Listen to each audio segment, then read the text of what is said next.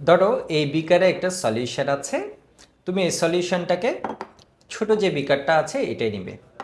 তাহলে এই কাজটা কেমনে করবে? আমরা সবাই জানি এক পাত্র থেকে যখন আরেক পাত্রে কোনো একটা দ্রবণকে নিতে হবে তখন আমরা ডেলিভারির জন্য পিপেটকে ইউজ করব। তো আমি পিপেটটাকে কেমনে ইউজ করব দেখবে, তোমাদের বইয়ে একটা ছবি দেয়া আছে, আমি ছবিটা স্ক্রিনে দিয়ে দিচ্ছি। তোমাদের বইয়ের ছবি দিয়েছে, তুমি কি করবা বলো তো? মুখ দিয়ে টানবা, অর্থাৎ ফু দিয়ে টানবা।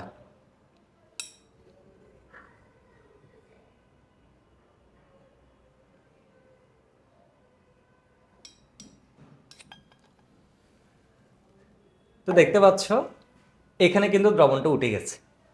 কেমন? এখানে দ্রবণটা উঠে গেছে। এখন আমি যদি এটাকে এখানে নিতে চাই তাহলে জাস্ট এখন আঙুলটা তুমি যদি ছেড়ে দাও তাহলেই হচ্ছে এটা কি হবে, এখন এই যে দেখো ড্রপ বাই ড্রপ পড়ছে।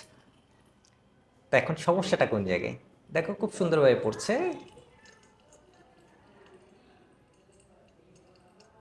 তাই না? সমস্যাটা কোন জায়গায়?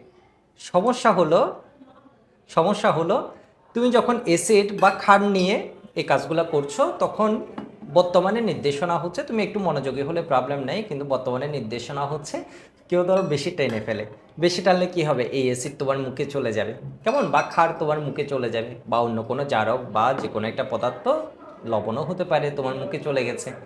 তো যেটা আসলে মানে আমরা চাইছি এই ঘটনা না ঘটুক, সেজন্য নিরাপত্তার কথা চিন্তা করে এখন একটা ডিভাইস ইউজ করা হয়। এই ডিভাইসের ছবি কিন্তু তোমার বইয়ে দেয়া আছে, তোমরা ম্যাক্সিমামে পড়ার সময় এটা খেয়াল করো না, বাট তোমার মূল বইয়ে কিন্তু এটা দেয়া আছে। এই ডিভাইসের নাম কি একটু আমাকে বলো? এই ডিভাইসের নাম কি? এখানে দেখতে পাচ্ছ একটা বলের মতো আছে রাবারের, উপরে একটা ছোট অংশ আছে, আমি স্ক্রিনে তোমার বইয়ের ছবিটাও দিয়ে দিচ্ছি, এখানে একটা অংশ আছে, এই পাশে একটা অংশ আছে। কেমন? এই যে দেখো এখানে একটা অংশ, এটা এটা ছবিটা সবাই খাতায় এঁকে নিবা। এটাকে বলা হয় পিপেট ফিলার। অর্থাৎ তুমি যাতে মুখ দিয়ে না টেনে আর একটু নিরাপদভাবে টানতে পারো, আরও ভালোভাবে টানতে পারো, এই জন্য হচ্ছে কি হয়, মানে দ্রবণটাকে আরেকটা পাত্রে ট্রান্সফার করতে পারো, এই জন্য আমরা পিপেট ফিলারটা ইউজ করি। পিপেট ফিলারে তুমি যদি একটু মনোযোগ দাও, এখানে তিনটা ভাল্ব আছে। এই যে দেখো উপরে একটা ভাল্ব আছে, এটাকে দিয়েছে এ, কেমন, এ ভাল্বটাকে বলছে এ। এরপরে এখানে যে ভাল্বটা আছে এটাকে বলছে এস, এটাকে বলছে ই। এই ভালভের কাজ কি? এই ভালভের কাজ হলো এখানে ভিতরের যে বাতাসটা আছে এটাকে বের করে ফেলা। এই যে দেখো আমি ভালভটা ধরে যখন এটাকে এমনি করে প্রেস করেছি, দেখো এখানে ভিতরে যে এয়ারটা আছে এটা বের হয়ে গেছে। কেমন? এরপর এস, এস এর কাজ হচ্ছে দ্রবণটাকে টেনে তোলা। এস এর কাজ হচ্ছে দ্রবণটাকে এখান থেকে টেনে তোলা। ই এর কাজ কি? দেখো ই এর কাজ হচ্ছে এখানে এটাকে এক্সিট করা। কেমন? তিনটা কাজ। তাহলে ফার্স্টে আমি কি করেছি বলো তো, এটা ব্যবহার করব কেমনে? ফার্স্টে আমি তোমার এয়ার যেটা ছিল এটাকে বের করে দিয়েছি, আর না হয় দেখবে এখানে বাবল এসে যাবে, তো আমি এয়ারটাকে বের করে দিয়েছি। এরপর দেখো আমি এটাকে ফিট করছি পিপেটের সাথে, ধরো পিপেটের সাথে ফিট করলাম। কেমন? এই দেখো এবার আমি এটা দ্রবণের মধ্যে রাখবো, তুমি যে দ্রবণটা নিতে চাইছো, হয় সোডিয়াম কার্বনেট না হয় হাইড্রোক্লোরিক অ্যাসিড, যে দ্রবণটা তুমি নাও, কেমন, তোমার টাইট্রেশনে যেটা লাগছে এটাকে তুমি ধরো কি করলা, এই যে দেখো এখানে আমি এখন কি করছি সবাই দেখতে পাচ্ছ তো? সবাই দেখতে পাচ্ছ আমি এখানে কি করছি? সাকশন যে বাটনটা দেয়া আছে, যে ভাল্বটা দেয়া আছে, এটাকে প্রেস করছি। এই যে দেখো, এই দেখো এখানে অলরেডি কিন্তু তরল উঠে আসছে। কেমন? আমি আরেকটু প্রেস করি, এই দেখতে পাচ্ছ আশা করি ভিডিওতে, কেমন দেখা যাচ্ছে? তো দেখো এটা কিন্তু খুব সুন্দরভাবে উঠে আসছে। তো এখন তুমি কি করবা? এটাকে ফেলবা কেমনে? দেখো এটাকে ফেলার জন্য তুমি এই যে এক্সিট যে বাটনটা আছে, যে ভাল্বটা আছে, এটা প্রেস করবা।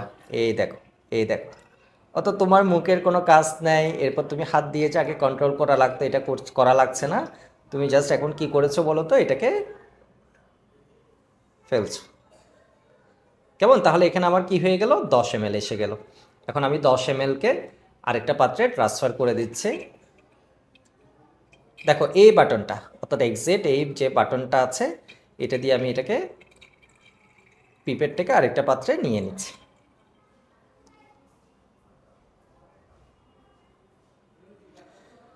তো আশা করি সবাই বুঝতে পারছো। আমি ছোটোখাটো কয়েকটা কোয়েশ্চেন তোমাদের জিজ্ঞেস করে ফেলি। তাহলে পিপেট তুমি যদি ফিল করতে চাও বা এক দ্রবণ থেকে আরেক পাত্রে তুমি একটা দ্রবণকে নিতে চাও, তাহলে আমরা কি ইউজ করব? পিপেট ফিলার ইউজ করব। পিপেট ফিলারের ছবিটা সবাই মনে রেখে দিবা এবং এঁকে নিবা। পিপেট ফিলারে কয়টা ভালভ থাকে? তিনটা, যদি পরীক্ষায় আসে। একটা এ, একটা এস, আর একটা হচ্ছে কি ই। এ দিয়ে কি করবা? এয়ারটা বের করবা। এস দিয়ে কি করবা?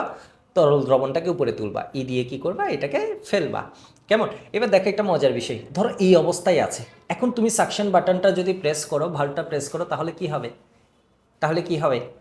কেমন? এখন এটা কার মধ্যে আছে? এয়ারের মধ্যে, তাই না? তাহলে তুমি যদি এখন দাও, দেখো তাহলে এয়ার এর মধ্যে এসে গেছে। কেমন? তো আশা করি সবাই বুঝতে পারছো। ক্লাসটা কেমন লাগছে সবাই অবশ্যই জানাবে। নেক্সট কোনো ভিডিওতে দারুণ কিছু নিয়ে আবার তোমাদের সামনে আসবো।